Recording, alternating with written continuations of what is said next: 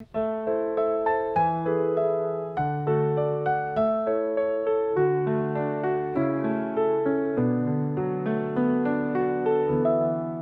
princess lived inside a tower, dreaming dreams from hour to hour.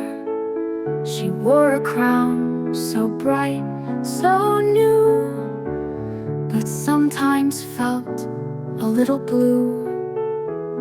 One morning came a bird so small. He chirped and sang beside the wall. Why do you sit and sigh all day? Come join the world, come out and play.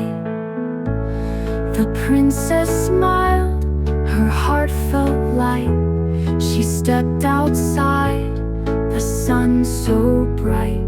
The bird and she danced all around. With joy and laughter, love was found.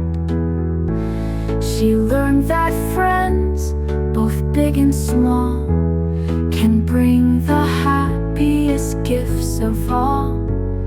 The crown was fine, the dress was sweet, but kindness made her life